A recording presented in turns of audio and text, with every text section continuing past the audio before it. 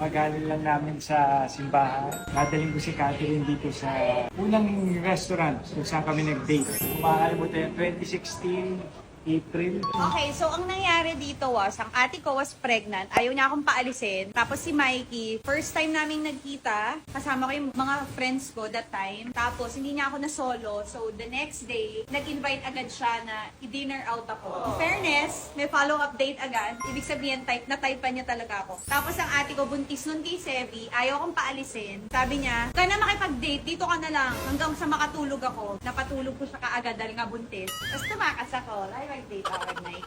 So, ito yung first date namin. First date namin dito kami, tapos first date, pinakita na ni Mikey kung gano'n siya kagalante. Hindi siya umorder, kinainin nila ko. Tapos after nito, pinatid mo ako sa Soler, birthday ni Kuya Luis. Sinamahan kita. Sinamaan mo. Hindi mo na ako pinakawalan. Hindi ko kinain yung tira niya. May tira lang siya.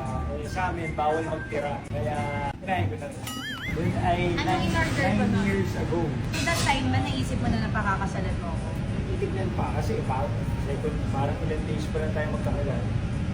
Parang may ring ka na nun.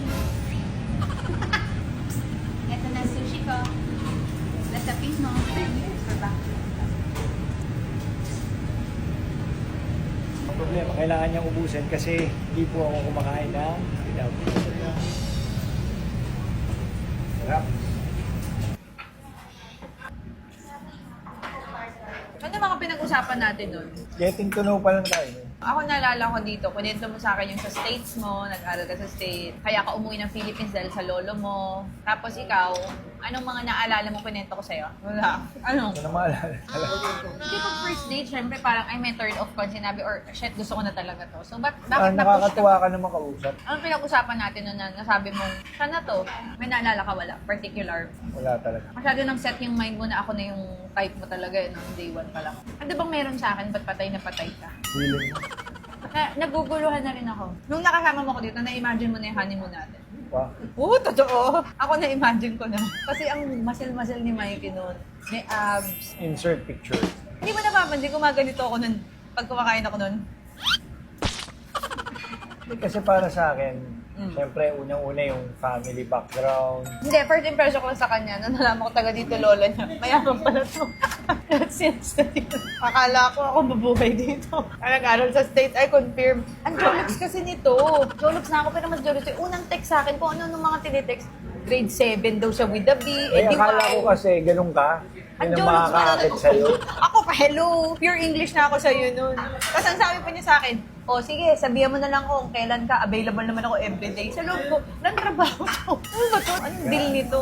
Siyempre, nanliligaw, gagawin mo lahat. Pero ang pinaka na ano kay Mikey, kasi yung ibang nanligaw sa akin, laging sinabi sa akin na pagka first date namin, parang nagpapaabot pa ng another 2 days, 3 days, para mag-repeat date. Ang maganda sa'yo, that night, nag-usap tayo hanggang 5 a.m. sa phone, 6 a.m. Tapos, the next day, niyaya niya kagad ako, gusto mo mag-dinner. So, na-realize ko, ganun kasi ako, clingy akong tao. So, sabi ko, shucks, ano to, okay itong lalaki na to kasi pinagbibigyan niya ako sa lahat ng mga gusto ko or gusto niya rin ako laging makasama.